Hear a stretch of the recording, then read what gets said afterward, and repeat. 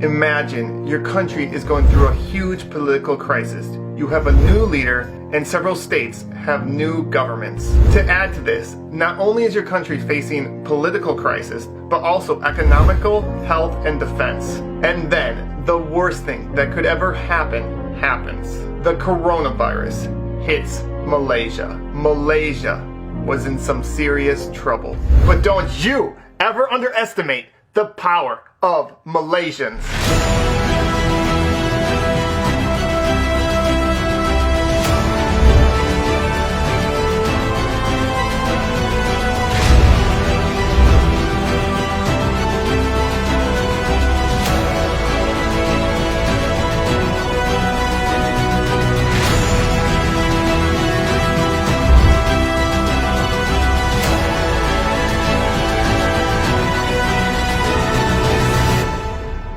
Here are 15 ways that Malaysia did the impossible.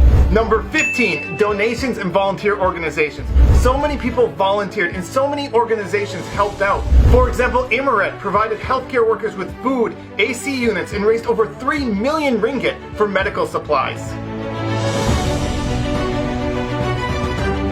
Number 14, top doctor. Dr. Noor Hussam Abdullah has been ranked one of the top doctors in the entire world at fighting the coronavirus. And not only does he present accurate facts, he's able to do it in a way that gathers support and also keeps people calm as he does it.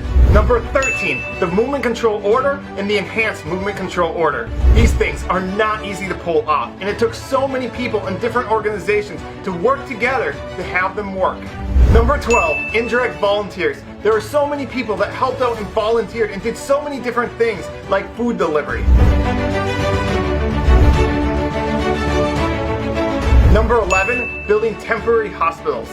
Malaysia was able to build temporary hospitals very efficiently and quickly. For example, the largest agro park in Asia was able to be built into a hospital in 3 days. Number 10, the Tubelay cluster. The Tubelay cluster complied with any order from MOH, and they never complained even though they had to wait long hours in the heat. Number 9, banks. Banks lent to the borrowers for 6 months. Number 8, universities. Universities allowed students to stay for free and provided them food as well. Number 7, stipends. Nearly 4 million homes received up to 1,600 ringgit. Number 6, ignoring politics. Opposition leaders came together and forgot about politics for the good of Malaysia. Now that is really cool. Number 5, protecting the most vulnerable. Malaysia did a great job in protecting those that were most vulnerable, homeless and foreign workers. They were put in public halls and provided a tent. Number 4, Malaysians returning home. Malaysians returning home from overseas were provided a free hotel, free food, and COVID-19 testing during their 2-week quarantine. Number 3, respect for frontline workers. I've never seen so much respect and love for frontline workers. It was so beautiful to see all the support Malaysians gave to the frontline workers. Number 2, fixing the PPE shortage for frontline workers. At the beginning of the crisis, there wasn't enough PPE for all the frontline workers, and so Malaysians took it onto themselves. For example, a fashion designer realized she had a skill set that could be very valuable, and so she took the initiative to organize an entire team to make PPE. Prisoners made PPE, college students made PPE, even a Malaysian born with no arms didn't let that stop her from making PPE.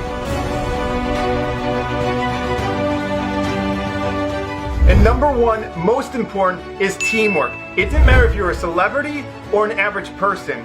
It didn't matter your social status. It didn't matter your gender, your religion, your ethnicity. All Malaysians came together for the better of Malaysia. And that's how Malaysia was able to do the impossible, to go from a country that had 3 times more cases than any other country in Southeast Asia to now being one of the safest countries in the entire world.